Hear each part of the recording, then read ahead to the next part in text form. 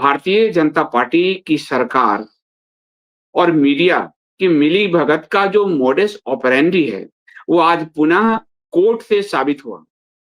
Court ने केजरीवाल मामले में सीबीआई की कोर्ट ने निर्णय दिया और आपको ध्यान होगा कि दिल्ली का चुनाव जीतने के लिए अरविंद केजरीवाल, मनीष सिसोदिया को जेल में डाला गया।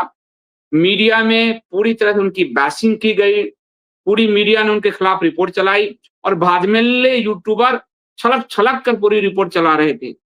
लाखों व्यूज बटोर रहे थे, लाखों व्यूज। लेकिन आप जानते हैं सीबीआई कोर्ट ने क्या कहा मनीष सिसोदिया और केजरीवाल को छोड़ते हुए? भाजपा का प्रिय दैनिक जागरण अखबार का आपको स्क्रीनशॉट दिखाता हूं। साजिश की थ्योरी केवल अनुमान पर आधारित थी, कोर्ट में सभी दलीलें तार-तार। अच्छा, रडार पर सीबीआई अधिकारी, रडार पर मोदी और अमित शाह होने चाहिए, जिन्होंने पूरा, और अमित शाह गृह मंत्री हैं, पूरा प्रोपेगेंडा रचा। पूरी भारतीय जनता पार्टी रडार पर होनी चाहिए, प्रोपेगेंडा रचा और दिल्ली की जनता को भ्रमित करके चुनाव जीता। यानी ये चुनाव साबित हो गया कि फ्रॉड चुनाव जीता गया। फ्रॉड एलिगेशन लगाए गए और फ्रॉड तरीके से घसीटते हुए मुख्यमंत्री को जेल में डाला गया और जनता को गुमराह करके चुनाव जीता गया। ये पूरा लोकतंत्र का कैसे हत्या हुआ, ये आज सीबीआई की रिपोर्ट से दिखी। अगर इसकी पहली लाइन देखिए, साजिश की थ्योरी केवल अनुमान पर, तो आपको भारतीय जनता पार्टी की मॉडस ऑपरेंडी क्लियर दिखेगी। 2G स्पेक्ट्रम घोटाला अनुमान पर आधारित, उनको बरी करवाया, ए राजा कनिमोझी को छुड़वाया इसी मोदी सरकार ने उनको, जिस कांग्रेस सरकार में उनको जमानत नहीं मिल रही थी, इसी ने छुड़वाया। और 2G स्पेक्ट्रम घोटाला, कोयला घोटाला, ये साबित हुआ कि ये अनुमान पर आधारित था, कोई घोटाला नहीं था, लेकिन उस फर्जीवाड़े के जरिए वो केंद्र का चुनाव जीत गए।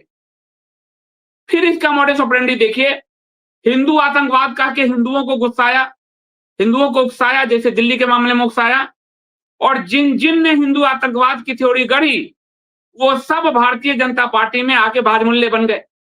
प्रमोद कृष्णम, जिसके आश्रम में आतंकवाद की थ्योरी गढ़ी जा रही थी, वो आज भाजपाई हो गया। दिग्विजय सिंह, यूजीसी का जो कानून बना, उसका चेयरमैन हो गया। आरके सिंह, जो गृह सचिव था सुशील कुमार शिंदे के समय यूपीए में, वो भारतीय जनता पार्टी का सांसद बना, केंद्रीय राज्य मंत्री बना और फिर मंत्री बन गया।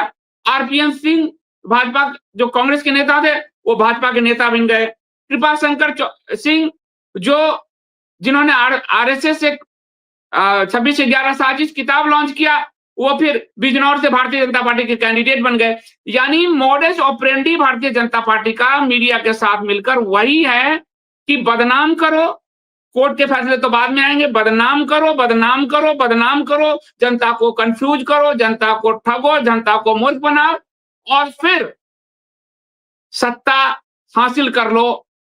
शंकराचार्य जी के मामले में आज यही हो रहा है, इसीलिए आज सीबीआई कोर्ट के इस फैसले को दिखाना जरूरी था।